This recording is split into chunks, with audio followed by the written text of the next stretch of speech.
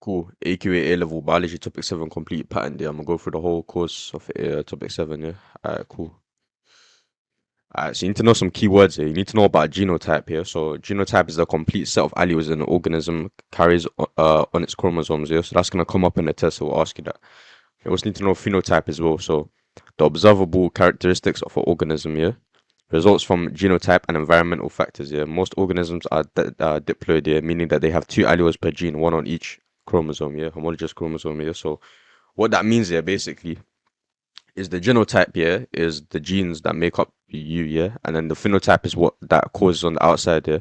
Obviously, the phenotype can also result from environmental shit as well, like scars and shit like that. You get me? Alright, cool.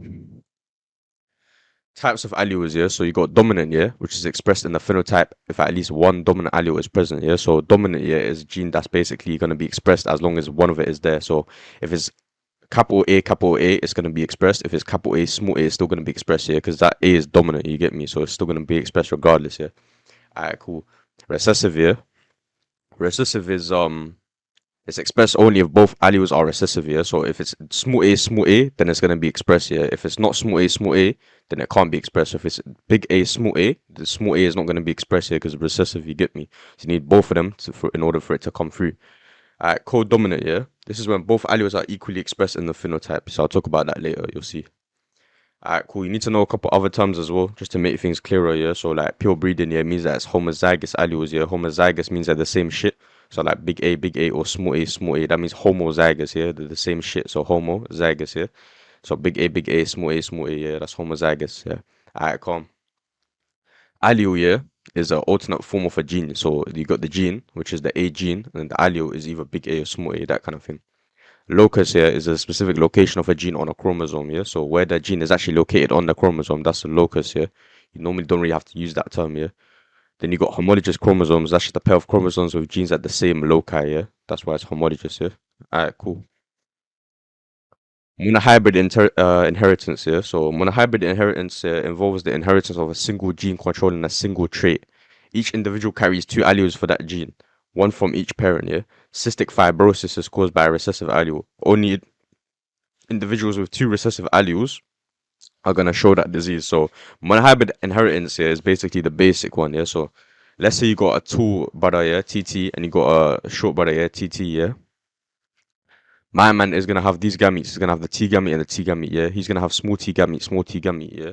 Now, if the tall guy and the dwarf guy have a baby, yeah, what's gonna happen is you draw a little Punnett square thing. So you just draw a square and you put big T there, small T there, and you just complete it. So one there.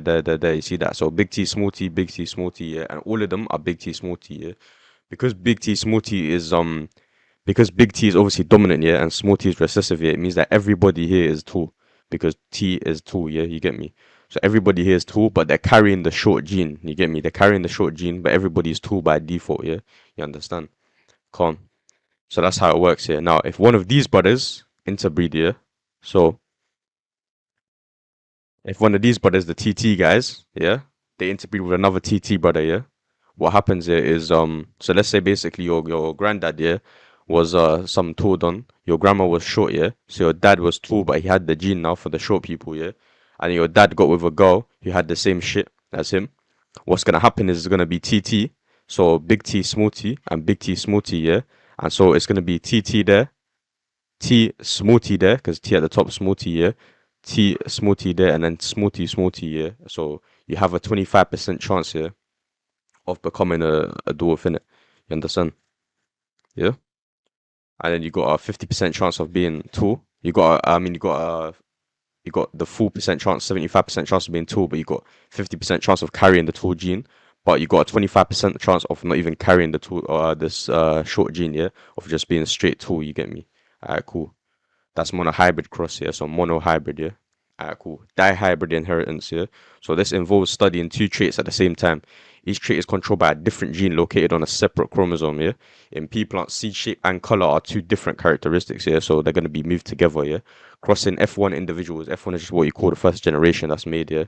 Leads to a 9 to 3 to 3 phenotypic ratio, yeah, in the F2 generation, yeah. So you need to know about that, yeah. So you need to write down 9 to 3 to 3 1 ratio here inside the dihybrid cross here. I'm gonna show you how to do the dihybrid in a minute, yeah. Alright, cool. Alright, cool. So I'm gonna show you how to do dihybrid cross here in a very simple, easy, nice way to understand it. So basically, let's say that I've got big B here, small b, big H, small h here. So let's say we're talking about flies here. Let's say that big B yeah means that the fly is black here. If it's small b it's gonna be white here. White is recessive, black is dominant here. And let's say that big H means a long wing here, and small h means short wing here. So if it needs short wing, that's small h, small h. Long wing is H, big H here, or just big H in general, yeah. Alright, cool. So now what you wanna do, yeah, let's say my man um meets another brother, yeah, who's the same as well. He's black here, and it's got a long wing, yeah. Alright, cool. Nice. Safe. Yeah. So now, how do you do the cross between them? Yeah. So you need to find the gametes first of all. Yeah. To find the gametes, yeah, it's kind of like expanding brackets. You get me? It's like when you got like x plus 3 times x plus 4. Yeah, it's that kind of thing. So you take one of these. Yeah. So let's just say that, and then you expand it like you're expanding brackets. So basically, what you do, yeah, is let's just call this A, call that B, call that C, call that D. Yeah. You basically write this formula. Yeah. So AC plus A times D, and then D. Yeah. And then second thing, B times C plus B times D, you get me? So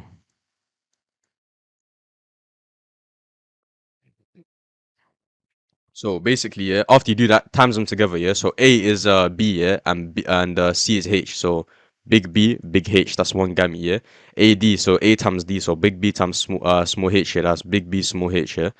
That's the second gamete, yeah. Third gamete, yeah, is big B, yeah, small B, yeah, times H, yeah. So small B, big H, yeah, come. And then the final gamete, yeah, is B times D, yeah. So small b times small h. And then you do the same thing. So these are the gametes, yeah. And then you do the same thing for the other one as well. But since the other one's the same shit, it'll be the same gametes, yeah. So now you want to draw the grid, yeah. So you know what? Let's whip out the ruler, yeah. Yeah, man. Alright, cool. Alright, safe. So basically, yeah, got a ruler, yeah. So draw the ruler like that. Bang. So this is what you're gonna do in the test here. You're gonna do that. You're gonna do the same shit here. And I'm skip to the point where basically I do all of that, yeah. So you'll see it. Alright, cool. So we're here, yeah. Alright, cool, safe. So now fill in the gametes, yeah. So fill in these in each thing respectively, yeah. So big B, yeah, big H, big B, small H, small b, yeah, big H, and then small b, small H, yeah. And the same thing will happen for underneath that as well. So same thing over here, yeah. For whatever that one is, yeah, you do the same shit. But because it's the same thing, it'll be the same as that. So it'll be B, yeah, big H, big B, yeah, small H, small H, big B, small B, big H, yeah, and then small B, small H, yeah. Alright, cool. So now what you wanna do, yeah, is obviously you wanna cross it, yeah. So basically, so if that was different gametes, yeah, you do the same like expanding bracket thing, yeah, to get all of these, and then you just write it there if it's different, but it's the same shit. Alright, cool. So now you cross it, yeah. So that's gonna be big B, yeah, big B, big H, yeah. That's gonna be big B, yeah, big B, big H, small H, yeah. That's gonna be big B, yeah, small b, big H, yeah. That's gonna be big B, yeah, small b, big H, small H. Okay, cool. Alright, safe. So that's the first line, yeah. Calm. This one is gonna be big B, yeah, big B, big H, small H, yeah. That's gonna be big B, small H, yeah. That's gonna be big B, small b, big H, small H, yeah. That's gonna be big small b, small H, yeah. That's gonna be big B, small b, big H, yeah. So you just times this up by the left here. Alright, calm. This one's gonna be big B, small b, big H, small H, yeah. This one's gonna be small b, big H. This one's gonna be small b, big H, small H, yeah. This one's gonna be big B, yeah, small b, big H, small H. This one's gonna be big B, small b, small h, yeah. This one's gonna be small b, yeah, small b, big H, small h, yeah. And this one's gonna be small b, yeah, small h, small h. Alright, calm. Nice, yeah. Now, what do? Yeah, you need to then, after you do all of that, you need to write the phenotypes, yeah.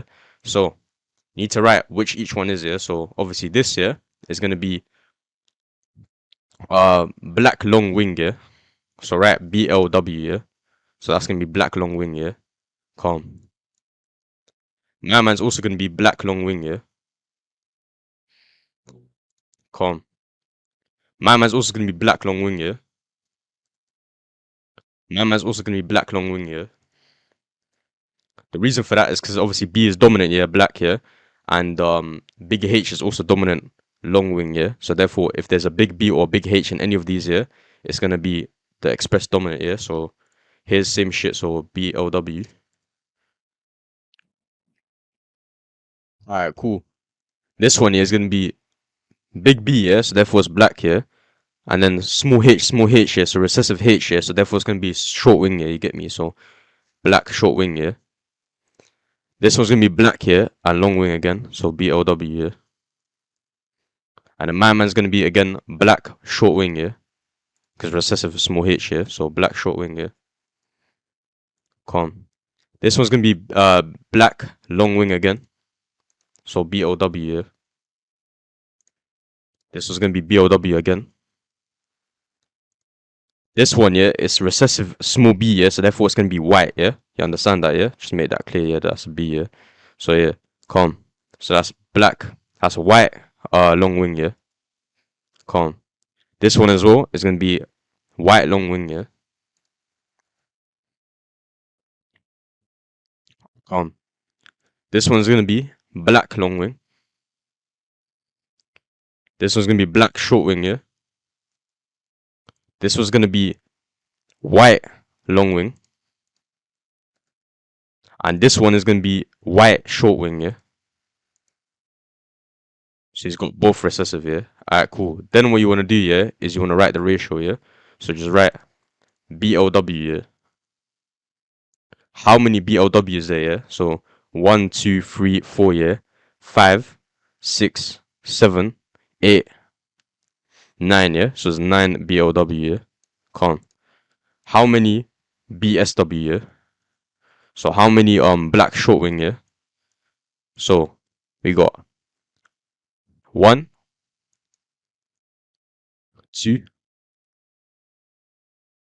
3, yeah. So therefore 3 BSW, yeah. Alright, calm. Now you want to talk about how many WLW, yeah.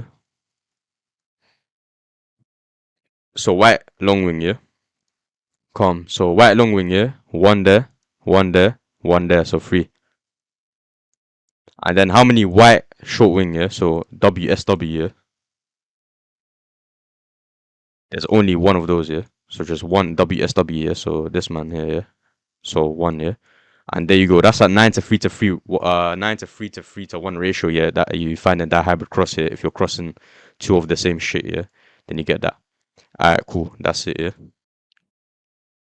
Alright, nice. So here you got another example, yeah. So basically, uh, BBYY, I talked about how to divide that into its individual things and how to divide this into its individual things. And now what you want to do after you find the possible gametes here, you basically just move it together. So BY, so that's big B, Y, etc. Yeah, big Y, small y. So it's gonna be big Y, big B, big Y, small y, yeah, and etc. Yeah.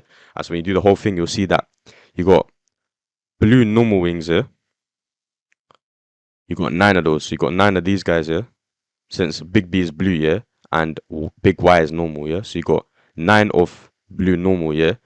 You got 3 blue short, yeah, because Y is recessive there, yeah. So therefore it's gonna have short wings, yeah. So you got 3 blue short, yeah, and you got 3 white normal. So you got 3 white normal. So small b, and then big Y, big Y. You got 3 of those. 1, 2, 3. Remember, Y here is dominant, yeah. So you only need 1 big Y to be normal, yeah. And then 1 white short wings, yeah. So you only 1 white short wing. So small b, Y. You get me? Alright, cool. Co-dominance, yeah. So co-dominance occurs when both alleles are fully expressed in a heterozygous individual, yeah. So for example, crossing a red flower plant yeah, with a white flowered rose results in roses with both red and white petals, yeah. So what it means is basically you get this black cow. It's not even black, fam. What is it? Red. You get this red cow, yeah. You mix it with some white cow, yeah. Butter. That's gonna get clipped out of context here. Alright.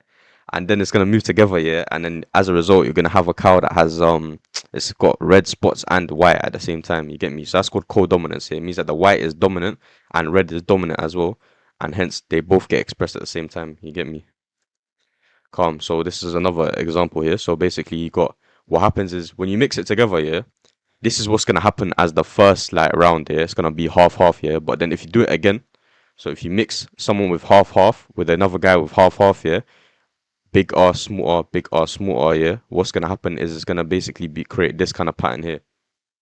You understand? It's gonna create one fully red, one fully white, and two that are also co-dominant half half, yeah.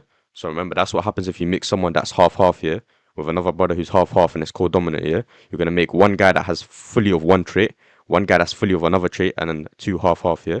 That's because obviously big R, small r, yeah. So here's gonna be RR, here's gonna be big R, small r. So therefore the R is half white.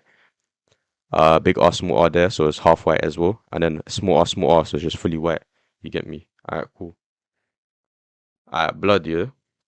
So immunoglobulin gene, yeah. Immunoglobulin gene is the gene that has the actual that has the antigen, yeah. So IA, yeah, produces antigen A.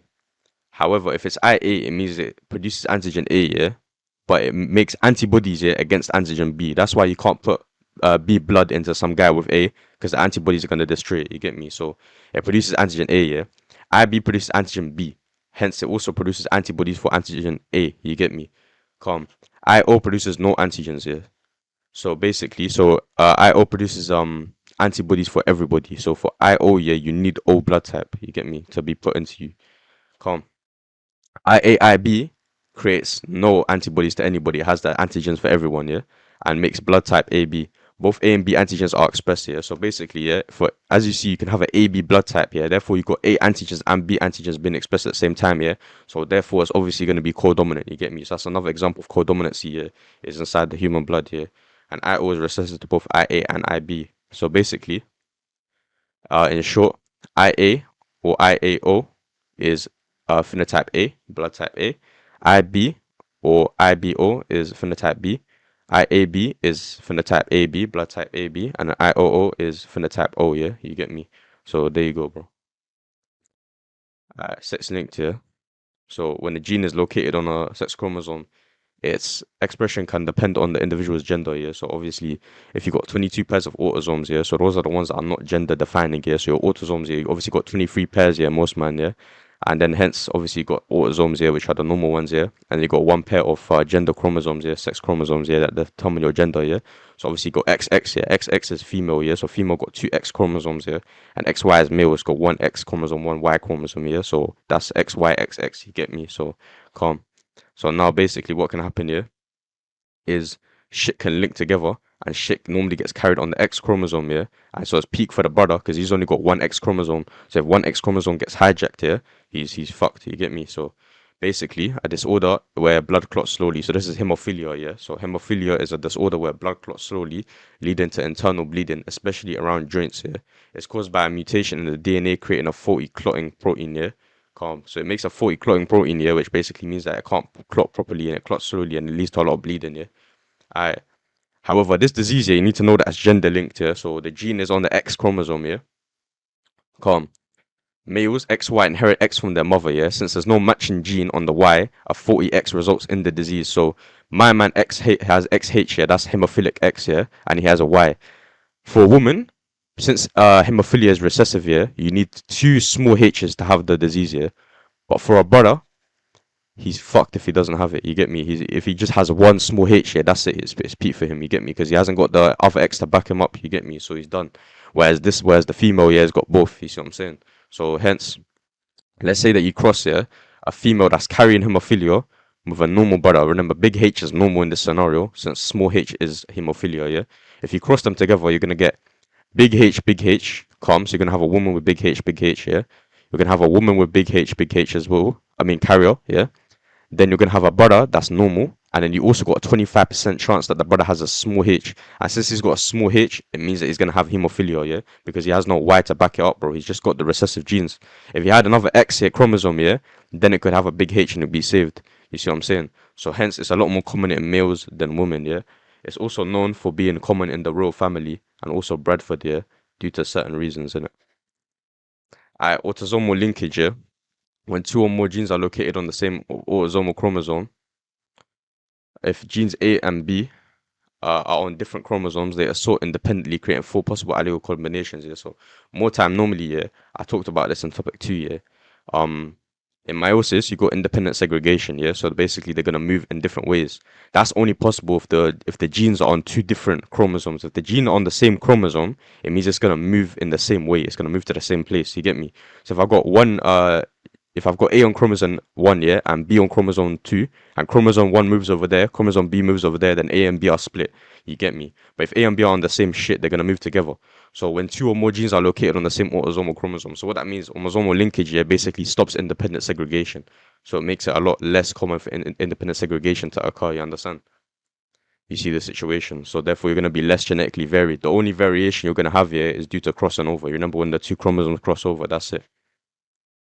So basically, normally, yeah, what happens, bro, is it splits in this kind of way. So YR, YR, YR, YR. Yeah, that's just standard, bro. You get me? And hence you got four different gametes, yeah? And hence what happens here is that you make a normal Punnett square, yeah, and you get a 3-to-1 ratio. You just get normal YR, big Y, big R, small R, big Y, small R, whatever, and you get a normal ratio, yeah, and hence you got four different possibilities, kind of.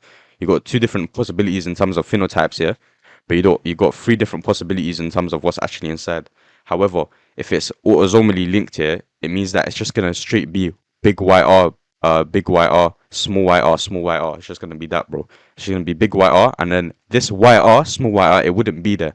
If it's autosomally linked here, it would be another YR, big YR, and that big YR there would be small YR, small YR. You get me? So it's just gonna create straight big YR and small YR. That's it. It's gonna create the same shit. There's no variation. You see what I'm saying? So here's another example. Yeah. So to make it easier for you, yeah. It's another example. So basically, these are homologous chromosomes here, and these are autosomally linked here. So as you see, A and B gene are on the same chromosome here. So because they're on the same chromosome, they're gonna match up together, and hence again, look, A and B are on the same chromosome, A and B on the same chromosome, A and B on the same. So let's assume there's no crossing over here. After independent segregation, it's just gonna make two possible gametes here: big A, small b, and big A and small a, big B. That's it. Yeah, there's no other possibilities. You get me? You understand the situation? So obviously that's not good. You get. However, let's say that it's same shit here again. It's autosomal linkage here, but it crosses over. Do you see how the small b is gonna switch onto the other side? Small b is gonna switch there, and you're gonna have small b and big B as well. So you got two different combinations now. Do you see what I'm saying? So they're not the same shit anymore. So you see how that was big small a there and big B on the bottom, yeah? Now it's small a on the top and small b on the bottom as well. And so hence, yeah, and hence the left hand side swap with the big B. So now it's big A there and big B there, yeah. So hence, because of that situation, even though they're on the same side, yeah, it's effectively switched over. So now you can basically have like a calm situation. Basically, you can have it break up into independent segregation, yeah, and so break up into four different gametes, yeah. You understand? So basically, autosomal linkage, yeah, just as far as you need to know, basically, it's just like it just means that they're carried on the same chromosome, and so they're linked together, and so you get no independent segregation, and the only variation can happen from crossing over, yeah. Alright, cool. Epistasis, yeah. So epistasis is when one gene locus affects or master expression of another gene, yeah. So it involves interactions between different genes, not just alleles of the same gene. So basically, let's say fur color in mice here, GA controls banding in fur, yeah. So if it's got big A, or big A, small a, as long as you got that dominant A, it's gonna be banded, bro. It's gonna be striped, black striped, yeah. Whereas if you have just small a, it's just gonna be solid black. Understand? Cool. Gene B, yeah, controls whether A is expressed, yeah. So big A, big B and big B, small b, if you have a dominant B, yeah, it allows gene A to be expressed, yeah. So therefore, the basically the like melanin, fam, the thing, the black fur, yeah, can actually occur, yeah, the actual color for it. You get me? So B controls of color is actually released here, whereas small b is gonna block gene A. So therefore, the mouse is albino, yeah, white, yeah. You get me? So therefore, he has no color to him, yeah, because even if he has big A, so he should have black banded fur, yeah. Or even if he has small a, sort of black fur, yeah, because he's got small b as well, it's gonna be completely white. You get me? Because the gene can't happen, yeah. So even if a mouse has big A, or big A, small a, if it's BB, yeah, it will be albino, yeah. Alright, calm. So basically, you can express this like this, yeah. Guti basically means black banded, yeah. Alright, calm. So basically, what happens here, as you see, he did a dihybrid cross here with A and B gametes here, and hence you get this kind of ratio here. And what happens here is you get AABB, whatever. Yes, you get all the black banded ones here, and the normal ratio is disrupted here because you got these white ones that came because they got two small b's here. This should have been a Guti, yeah. But since it's got two small b's, it's gonna be white since it blocks the gene. So it's gonna disrupt the ratio, and you're gonna get a 9:4:3 ratio instead. You understand? Cool. There's two types of epistasis here. So that example was recessive epistasis here. So a recessive allele at one gene prevents expression of another gene, like the BB phenotype masking A, yeah. Phenotypic ratio is 9:3:4 for that, yeah. Or you can also have dominant epistasis here. So that's when a dominant allele at one gene completely masks the other gene. So then it's just a 12:3:1 ratio. So that means if you got one dominant allele of that, that's it, it's wraps, yeah. It completely masks the other gene. You understand? So yeah. Alright, cool. So that's an example of dominant epistasis here. So here, if you got, as long as you got big A, yeah, you're white. You get me? As long as you got big A is white. So hence all of these big A is white. However, the one that's green is gonna be small b, yeah. You understand? So that's the situation. And then the one that's yellow is gonna be uh same shit. So small b, yeah, and big A. You understand? So that's the situation. So because it's dominant, you got that. Idea. That's it.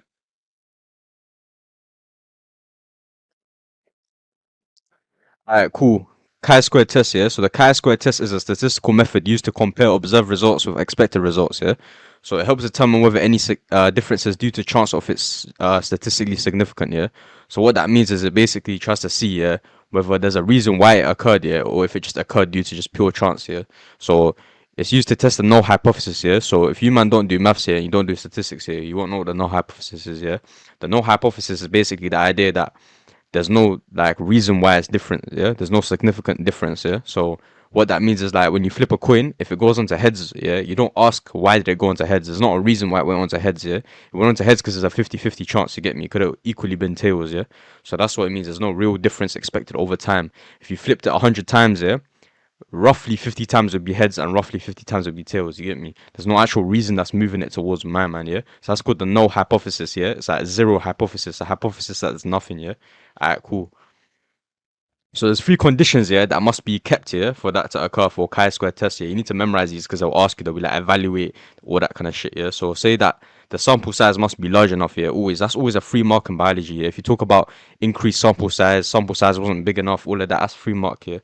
Data must fall into discrete categories, yeah. So it has to be discrete. It has to be like round thing, yeah, square thing like that. Yeah, it can't be quantitative, yeah. Only raw counts are used, not percentages or rates, yeah. So for chi-squared, you gotta talk about how many observed and how many expected, yeah. Like a raw count, not like a percentage of it. You get me? Alright, cool.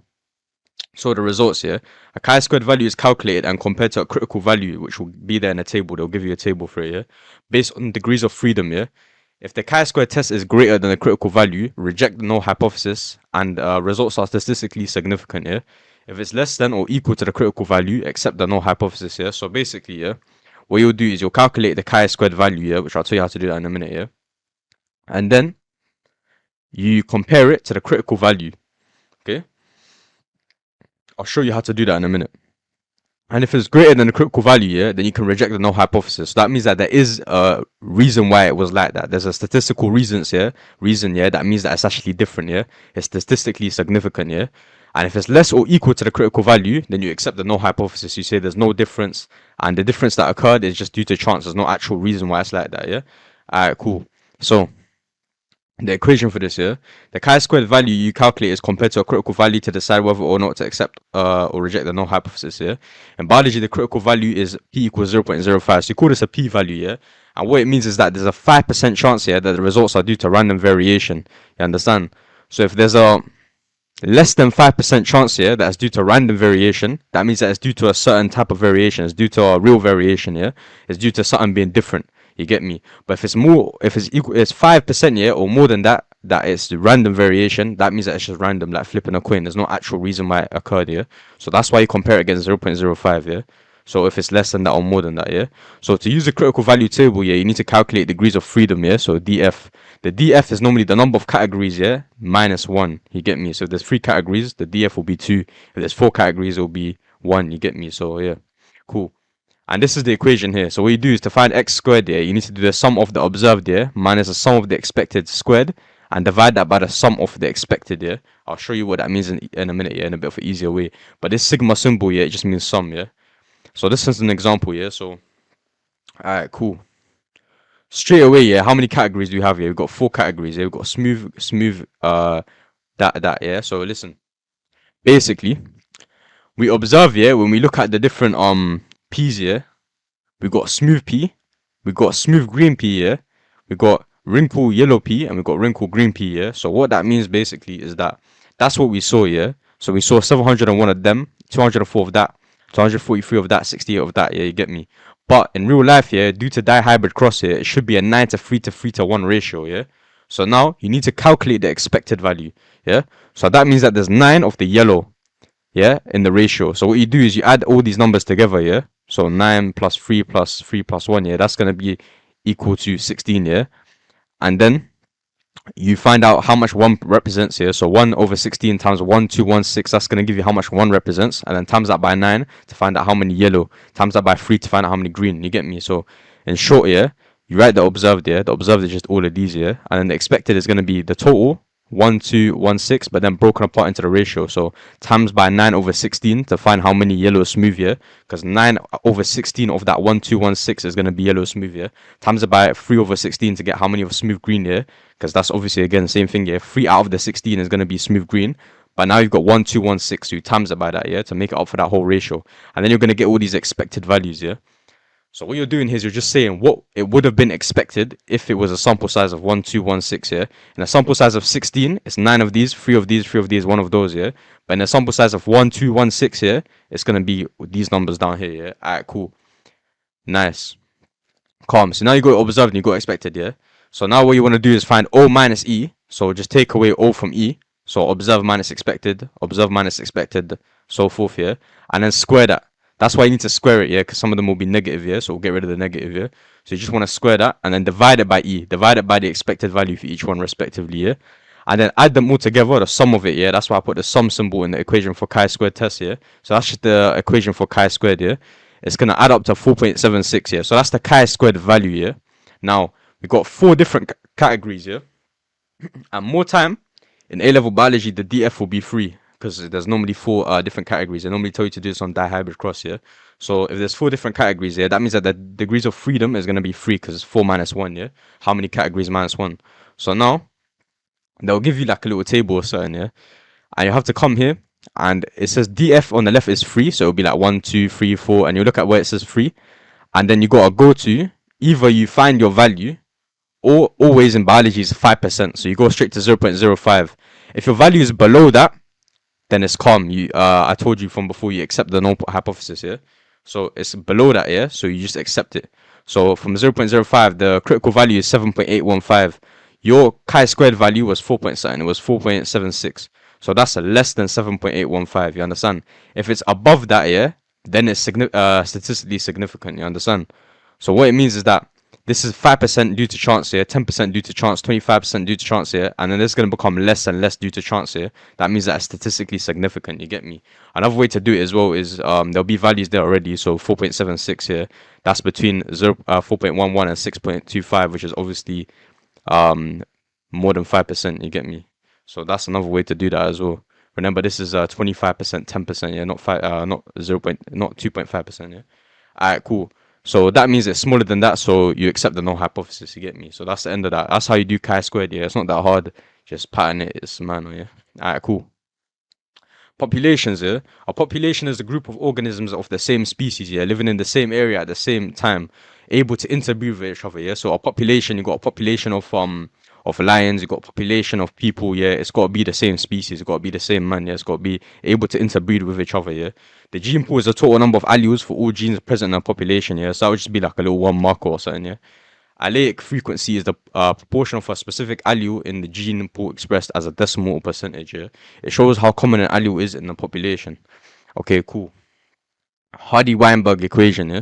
So the Hardy-Weinberg equation is used to estimate allele frequencies in a population and detect evolutionary change by observing if allele frequencies remain constant or change over time. Yeah. So what that means basically is this equation. Yeah, you're going to be using it in the test here to find out like how frequent a homozygous thing is, how frequent heterozygous is, that kind of thing. So you know how you got small a, big A, that kind of thing, yeah, dominant and recessive, yeah. It's to find out how many of those alleles are recessive, how many are dominant, yeah. Alright, cool. Because obviously over time, the dominant one can become more dominant in a population, you get me? Alright, cool. So this is what they look like. There are two equations here. One is p squared plus 2pq plus q squared is equal to 1, yeah? And the other one is p plus q equals 1, yeah? Don't worry, I'm going to go through an example in a minute and you'll see what I'm talking about, yeah? Alright, cool. So p, yeah, is the frequency of the dominant allele, yeah? Write that down. You need to memorize that, yeah? P is the frequency of the dominant one, yeah? So p always represents the dominant one, yeah? Q is the recessive one, yeah? P squared, yeah, is the proportion of individuals that are homozygous dominant. So big A, big A. So homozygous means they're of the same shit. So AA, yeah? And dominant means it's big A, big A. If it was homozygous recessive, yeah, it would be small a, yeah? So what that means is that basically, what I'm trying to say here is that um proportion, yeah, means that it will be like a decimal. So these will always be decimals. It'll be like 0 0.5, 0 0.6, and they'll give you some of these, yeah, and they'll tell you to find one of them. So I'll give you an example in a minute, yeah. Alright, cool. 2PQ, yeah, means proportion that are heterozygous, yeah, so AA. So big A, small a. Hetero means different, yeah. So one like that, one like that, one big, one small, yeah. So 2PQ is that. These numbers, they don't represent something like algebraically, they represent the whole thing. So 2PQ, that whole 2PQ just represents the proportion of heterozygous. So if they tell you the number of heterozygous, yeah, so if they say heterozygous is 0.5, yeah, that means that 2PQ is equal to 0.5. So you can replace it with that in the equation. You understand? And then also q squared, yeah, is going to be a portion that are homozygous recessive, yeah. So AA, small a, yeah. Alright, cool. I'm gonna show you an example now, yeah. Alright, cool. Conditions, yeah. So the conditions for you to use that equation, it might ask you for the conditions here. You need to say there's no mutation, so no new alleles here that are being made. There's no migration, so no alleles are able to enter or leave the population. There's large population size to avoid random changes. No selection, so all alleles are equally likely to be passed on here. And random mating, yeah, so no preference on certain traits here. So they've all got equal chance of being picked here. Phenotype variations, obviously some man have long nose, some man got short nose. It is what it is. Yeah, bro. It's just difference in phenotypes. Yeah, phenotypes is what you show from the outside. Yeah. Alright. Genetic causes of variation. Random fertilization. Yeah. So gametes carrying different alleles combined by chance. Yeah, increasing variation in offspring. Yeah. So obviously the gametes here that are moving around, they're carrying different alleles here by they're gonna obviously combine by chance. Yeah. It's not like one of them is gonna lead to my mind, yeah, which is gonna make obviously offspring varied, yeah. That's the whole point, yeah. You don't like it's not like specifically like you get me. One group of man like one group of man, you get me. Alright, cool. Meiosis here. During gamete formation, alleles are randomly segregated, yeah. So if you go look at I don't even know what topic it is now, yeah, but whatever topic has meiosis, yeah, it's topic 2, yeah. You'll see about random segregation, yeah, and random assortment where the chromosomes are moved randomly, yeah. So that's obviously gonna create variation. Mutation, yeah, a change in DNA may create a new allele that can be inherited by the next generation as well. Yeah, so that's gonna cause a bit of variation within the genes. Yeah. Alright, cool. Environmental influences, yeah. So it could not just be genetic, yeah. It could be due to other shit too. So the environment can affect how genes are expressed. Yeah, two plants can have the same flower color alleles. Yeah, so the same genes. Yeah, that they need to make a yellow flower plant. Yeah, but one grown in a mineral poor soil might produce less pigment, resulting in a different flower color. You get me? Alright, cool. Variation patterns, yeah. So you need to just know that things like height and stuff like that, just normal like phenotype kind of traits, yeah. When you like take them in large samples, yeah, most men are gonna be around the middle, yeah. It's gonna be a normal distribution, yeah. So basically, what normal distribution means is most people fall around the mean, yeah. So the mean is 175. That's the average height, yeah. So most people are gonna be around 175, and then you got as more extremes, yeah, like 154 and 196 is gonna die out. You get me? Calm. Evolution, yeah. So obviously this giraffe here, the one that had the genes that had the taller neck here, of right, cool. The one that had the longer neck here could obviously move to the tree like easier, yeah. So it can move to the tree easier, so therefore it outlives all the other man because they can't reach it, so they just die out. You get me? So evolution is a change in allele frequency of a population over time. Natural selection is the process in which individuals with advantageous traits are more likely to survive, yeah, and reproduce, yeah. These individuals pass their favorable alleles to the next generation, yeah. So we'll have a favorable allele by chance, yeah, by mutation, by whatever, yeah, favorable allele, yeah. And then over time, that's gonna help it survive. And so the ones that have that allele are gonna breed together, and they're gonna produce ones that also have that allele. So over time, the gene frequency, the allele frequency, increases towards the one that was good. The good gene here is what's going to increase in the population, since everyone who survived had to have the good gene to survive. You get me? If you had the bad gene here, you would have died out. You see what I'm saying? This results in a gradual change in the population's genetic makeup here. Alright, cool. The niche here. A niche is the role of a species in the ecosystem. So like how it gets its food, where it lives, basically what it does on a day-to-day basis here. Species in the same niche compete for limited resources. Yeah, so if you're in the same niche, so if you're doing the same shit, like you're getting food from the same place, you're living in the same habitat, yeah, all of that, then obviously you're going to be competing. Yeah, the better adapted species are more likely to outcompete others here, survive, reproduce successfully, and this competition will eventually lead to natural selection. Yeah, so if you're in the same niche here, you're gonna have to compete with other men, and obviously it's survival of the fittest. You get me? Yeah, the jungle. And you got obviously, yeah, man. The ones who are better adapted, they're just gonna outcompete. Yeah, that's how it is. Overproduction. Yeah. So basically, many species produce more offspring than can survive. Yeah. So for example, fish lay thousands of eggs. Yeah. However, limited resources such as food, space, and mates. Yeah, mean not all offspring survive. Yeah. Remember, mates as in it's talking about like obviously there's a limited number of females for the fish. You get me? So only the top brothers are getting it. This leads to intra-specific competition, yeah. So that's competition within a species, yeah. That's called intra-specific here. You need to know about the two differences here. Only the fittest individuals, so those with the advantageous alleles, yeah, survive and reproduce, yeah. Alright, cool. Natural selection explained for tests here. So in the test here, to explain natural selection, it's normally a little 5-step process. You just say that there's a variation in phenotypes here within a population, and then you're going to say that an environmental change here. So that means that there's already a variation in them. There's already that gene that's mutated. There's certain men who are already different from birth here. And then there's going to be an environmental change here that's going to occur. So there's going to be a selection pressure here. So selection pressure changes, and then some individuals have advantageous alleles here, so they have a selective advantage here. So by nature, they have the advantage here because they got those alleles that are good here. And these individuals are going to survive, obviously, because their genes allow them to survive, and they're going to reproduce here, passing on those alleles. Over time, the allele frequency changes in the population, which is going to lead to evolution, yeah? Because everyone's going to have that new gene, so everyone's going to move on. You get me? Alright, cool. So I talked about selection, I think, in topic 4, yeah, but it comes here again. So disruptive selection, yeah, is basically when the graph looks like this here. So this is before. So before everyone was kind of just in the middle, that kind of thing, and then something happened, yeah, that all of the people in the middle, yeah, are gonna they're not gonna be like well suited to the environment, but people that are like less and people that are more are gonna be better suited, yeah. So what that means is another example is like it favors individuals, yeah, at both extremes of the phenotype range, yeah. So it selects against those with intermediate traits. Often occurs in changing or diverse environments, yeah. So you're probably thinking, how does that even work? That doesn't even make sense here. But basically, an example of that, yeah, is that large mammals, yeah, they're gonna have increased body fat, yeah. So therefore, they can survive longer without food. So that's gonna be like a good thing in itself. So the large mammals, they're gonna survive. The small mammals, yeah, they're gonna have lower energy needs. So therefore, they can also survive on less food. You get me? So being fat, yeah, means you can survive longer without food, and being small means you can survive longer without food. But being in the middle means you're not gonna survive because you need more food. You get me?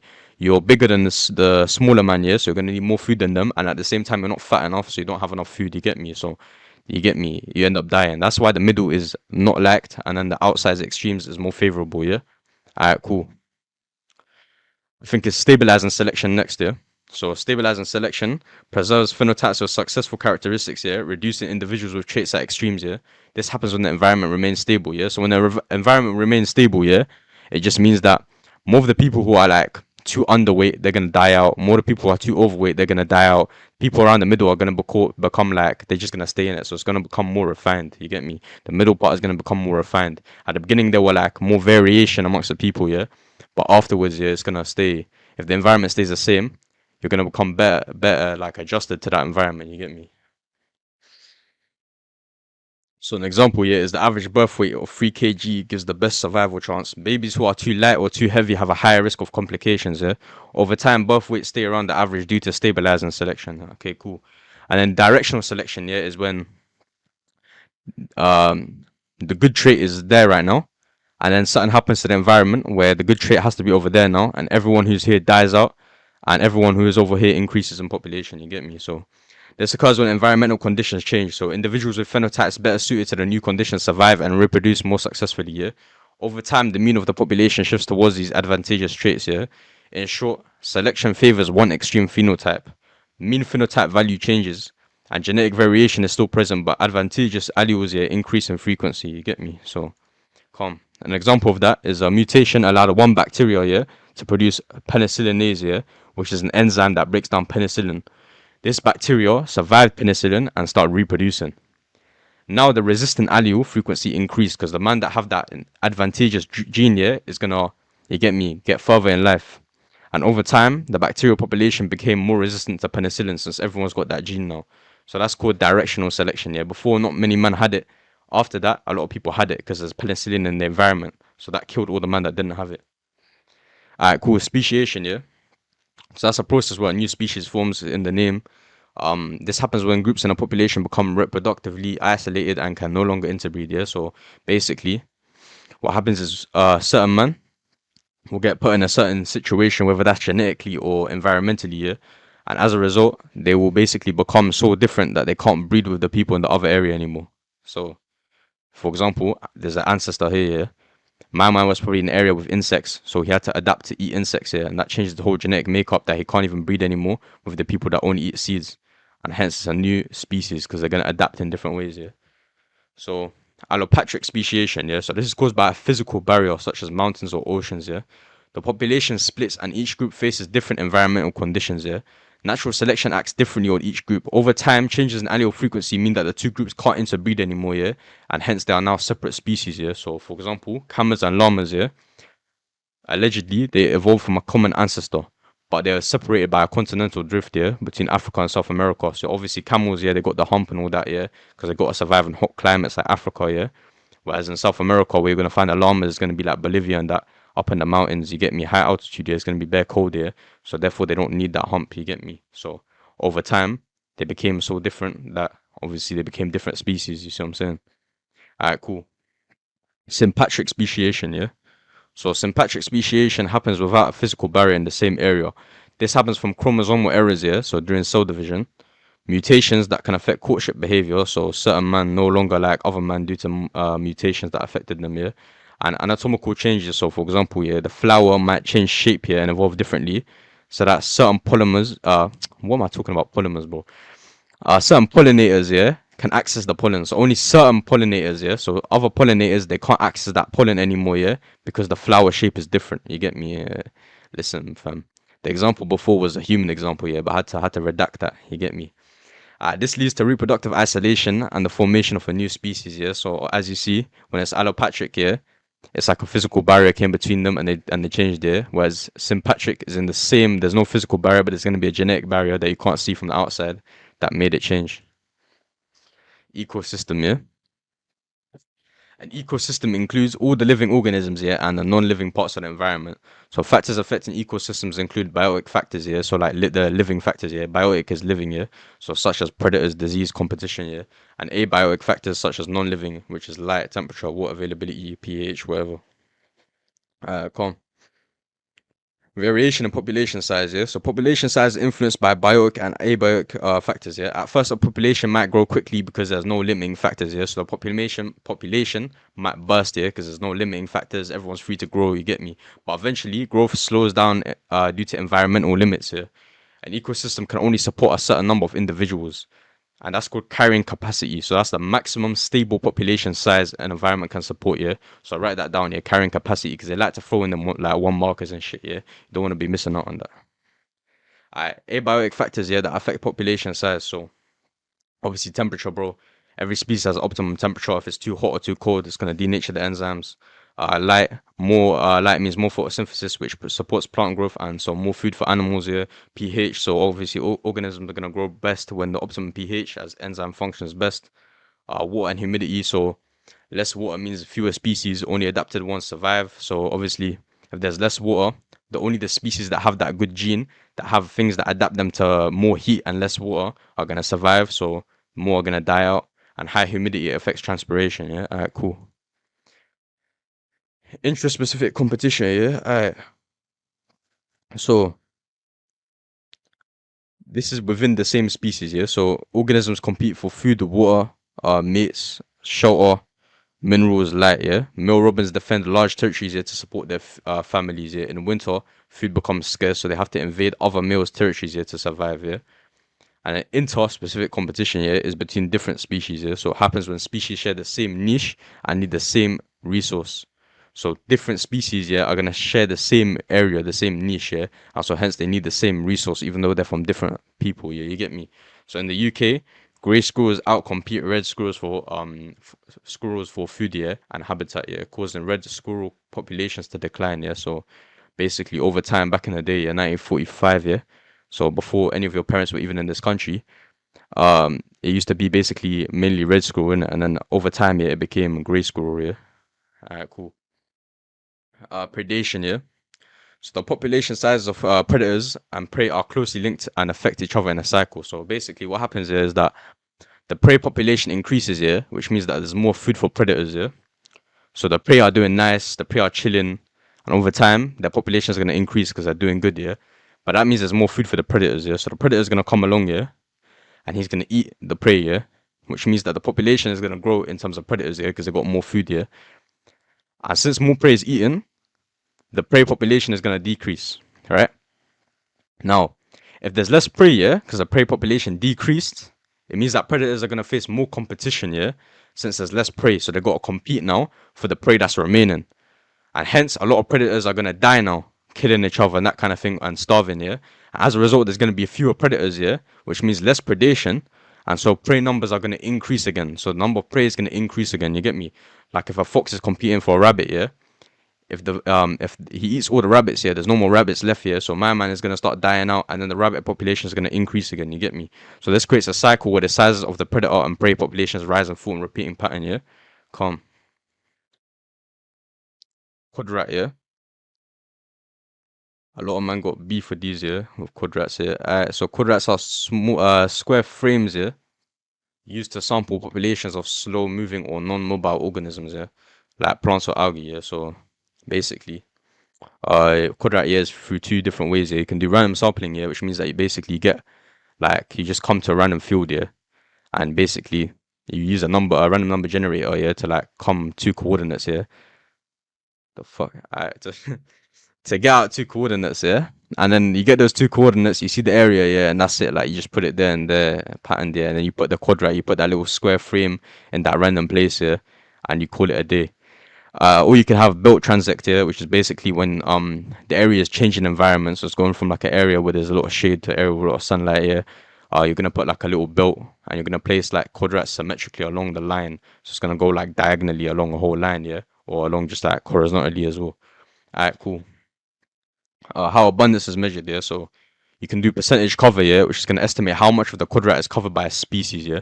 So basically, if there's a lot of like a certain type of plant, yeah, you can see how much percentage of that one quadrat here that the plant covers here. And there's also going to be frequency here, which is how often a species appears across several quadrats here. So basically, if you've got 10 quadrats here, and in 6 of them you got this certain type of flower here, then it's going to be 6 out of 10, you get me, for that flower, because it appears in 6 out of the 10 quadrats, you get me, yeah? Alright, cool. More time though, it's just the grass, fam. Alright, cool. So this is an example here. So basically he's got these quadrats and shit. And he's got basically grass there, he's got moss there, yeah? And he's gonna count the number of squares that are covered by grass here. And then he's gonna basically calculate how much percentage of the area is covered by grass and how much percentage is covered by moss here. Alright, cool. Step by step layout here. So if it asks you to describe how my man did the test or whatever, what you need to say is just you choose the area and mark out a grid, yeah? Then use a random number generator, yeah, to get coordinates. That's the main mark. They want to see you write that, yeah? And then place a quadrat at each coordinate and then record the species present and their percentage cover or frequency. And then repeat across enough quadrats for reliable data. Use results to estimate population size or distribution, yeah? Alright, cool. Mark, release, capture, yeah? So this is used to estimate population size of fast-moving or hidden animals, yeah? So animals that are hidden or fast-moving, you can't do this quadrat shot on them because they're just going to cut. So what you need to do is capture a number of individuals, yeah? So capture a certain man, yeah? And then mark it, yeah? Mark them in a harmless way so it doesn't affect survival, so that you experiment it, yeah, didn't affect the population, you get me? Because obviously you're trying to see how much the population is, yeah, without anybody affecting it. So therefore, if you mark them with some shit that can kill them, you affected the population, which means that the whole shit is pointless, you get me? Then you release the marked animals, yeah, back into the same habitat, yeah. And after some time, yeah, recapture another sample. So you let them mix in back with the environment, you get me? You let them bake off, yeah, chill at home, smoke their weed, come back, and then you recapture them, yeah. And after you recapture them, yeah, you count how many times in the second sample are marked, yeah. So how many in the second sample are marked, yeah. So obviously some are going to be marked, some are not going to be marked, because obviously they came back together, yeah. And then what you do is you apply them to an equation. So the equation basically is estimated population size equal to total number of individuals in the first sample. So that's when you got them for the first time. And then times the number of individuals in the second sample. So after you let them do their thing and come back here. And then divide that by the number of marked individuals recaptured. So when you recaptured them, yeah, how many of them still had that tag on them, yeah? And what that does basically, so let's just say M is equal to 100 marked animals, yeah? So in the first capture, yeah, you got 100 marked man, yeah? Then C is the capture, yeah, so the second sample, yeah, and you got 80 animals caught in the second sample, yeah, and 20 of them were marked in the second sample. What you want to do is times 100, yeah, by 80, because remember you're marking all of them in the first sample, yeah. So 100, yeah, times 80, so 100 is the animals in the first sample, yeah. 80 is the number of animals in total in the second sample, and then divide that by 20, yeah, which is basically how many more marked, yeah, and that's going to be 400. So then the estimation, yeah, for how many people is inside the population is going to be 400. Understand? That's how this works, yeah. That's basically the method, innit? Alright, assumptions, yeah. So you got to make a couple assumptions, obviously, yeah. So you got to say that the marked to unmarked ratio in the second sample is the same as the whole population, obviously, yeah. That's the assumption that you're making, yeah. Marked individuals have a time to mix evenly with the population. So you also got to assume that those individuals had time to go back and do what they need to do, you get me? The population had a clear boundary, yeah, so no immigration or emigration, yeah. There are few or no births or deaths. The mark is non-toxic and doesn't affect the animal's survival. And then the mark stays on and doesn't rub off as well, because obviously some of it could have rubbed off, so therefore it's going to affect it, you know what I'm saying? So you need to assume that none of that happens, so yeah. Alright, succession, yeah. So this is the natural gradual change in types of species in a community over time. So you got two types here. You got primary succession, you got secondary succession, yeah. So primary succession, yeah, happens in areas with no previous life. So basically in areas from volcanoes, that kind of thing, yeah. So pioneer species, yeah, the lichens, yeah, those are the first man to come, yeah, and those are first to colonize, yeah. So the lichens, they're just like shit that grows on the side of rock and shit. And they can survive harsh conditions, yeah. So when they die, they're decomposed, which adds a humus, yeah, to the rock surface, yeah. Humus is just like decomposed matter that, you know, like makes soil. And over time, yeah, that's gonna create soil, yeah, which allows more complex grass and moss to grow, yeah. And as soil builds and nutrients increase, larger plants like shrubs and small trees appear, yeah. And eventually a climax community forms, a stable and self-sustaining ecosystem, yeah. So that's how it works, yeah. Alright, cool. So you got the lichen there, you got the rock here. You got the, and then over time, yeah, that becomes soil, as you see there where my mouse is here. And then the moss grows on top of that, yeah. And then over time, the moss grows into grass and shit. And the grass starts growing into small trees. And then the small trees start growing into large trees. And you got a whole climax community, you get me? So that's how it works.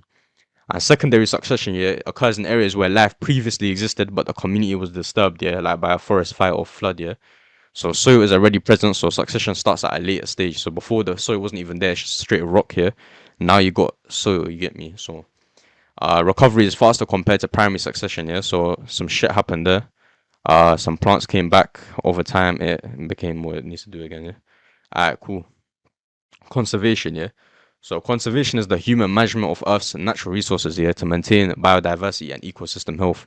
It maintains species diversity, protects ecosystem services here like clean air, water, pollination, and preserves habitats for future generations.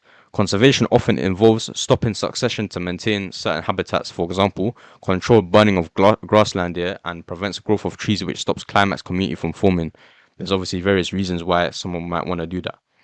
And it also maintains open habitats here for species that depend on early stage succession. Yeah. Alright, cool. That's the end of that whole topic here. So, man, easy topic, bro. Topic 7 patterned here. So, yeah, man. That's it, bro. Just do the sheets and that's it. She be blood and she always call me babe. But I'ma check her bag and get this money anyway. I'm all about the white Mary Kate and Ashley.